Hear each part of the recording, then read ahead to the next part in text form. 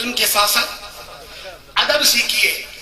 علم کے ساتھ ساتھ احترام سیکھیے۔ اس سے اگلی بات فرماتے ہیں لوگوں یاد رکھو ادب، تعظیم، احترام کے ساتھ اگر تم میں کوئی بندہ اتنا پڑھے، اتنی محنت کرے اور وہ اپنے استاد سے آگے بڑھ جائے اور وہ یہ سمجھے کہ استاد کا علم کم ہے،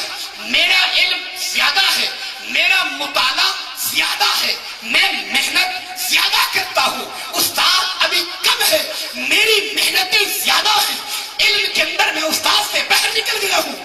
اعلیٰ حضرت کہتے ہیں یہ سوچ تو ہے بڑی خطرناک۔ اگر وہ یہ چاہتا ہے کہ یہ میں استقامت پکڑ لوں تو اعلیٰ حضرت کہتے ہیں پھر وہ یہ سمجھے کہ اگر میں بڑھ بھی گیا ہوں تو یہ فیض میرے استاد کا ہے، یہ فیض میرے میں پڑھ رہا ہوں۔ فرمایا کہ اگر وہ یہ سمجھ لے کہ فیض میرے استاد کا ہے، فرمایا پھر اللہ کی رحمتوں کا وہ مستحق بن جاتا ہے۔ اگر وہ یہ کہے کہ نہیں یہ میری محنتیں ہیں، فرمایا پھر شیطان غالب آ جاتا ہے، شیطان غالب آتا ہے۔ پھر اس کا جو اگلا انجام ہے وہ کیا ہوتا ہے؟ کیا کہتے ہیں کہ تکبر عزازیل راہوار کر بزندان لعنت گرفتار کر دے۔ فرمایا پھر وہ یاد رکھے اس کا وقت قریب آ گیا ہے کہ وہ شیطان کا چہرہ بن کے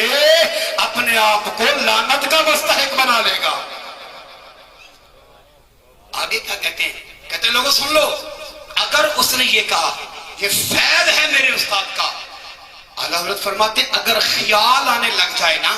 تو یوں کرے کہ استاد کے پاؤں کے جوتے کے ساتھ مٹی لگنے والی، سنو جملہ سنو اعلیٰ حضرت کا،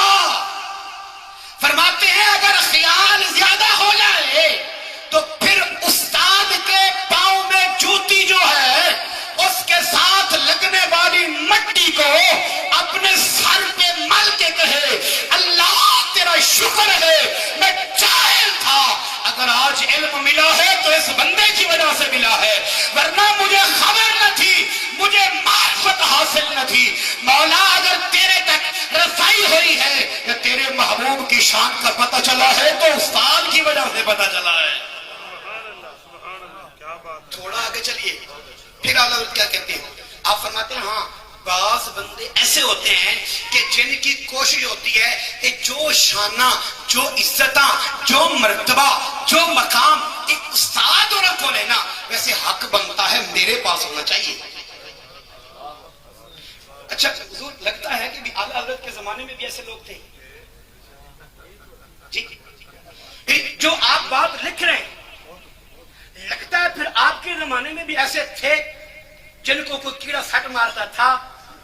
میں نے کہا وہ پچھلے دنوں میں نے استاد صاحب کو کہا، میں نے کہا حضور میں اکثر آپ کے فیس بک پہ کمنٹ دیکھتا رہتا ہوں، بعض بندوں کو کیڑا ہوتا ہے، میں نے کہا ایک کیڑا چھوٹا ہوتا ہے ایک بڑا، کسی کو چھوٹا کسی کو بڑا، اور میں نے کہا چھوٹا ہو یا بڑا لیکن چھوٹا ہو یا بڑا کیڑا کیڑا ہی ہوتا ہے۔ استاد جی پھر بھی تم چکنے رہا کرو، کیڑا کیڑا ہوتا ہے، کوئی پتہ نہیں کہ کب ڈس لے، لیکن میں پھر بھی کہتا ہوں سنو، اگر یوں سمجھو کہ ہمارا علاقے میں بڑا کام ہے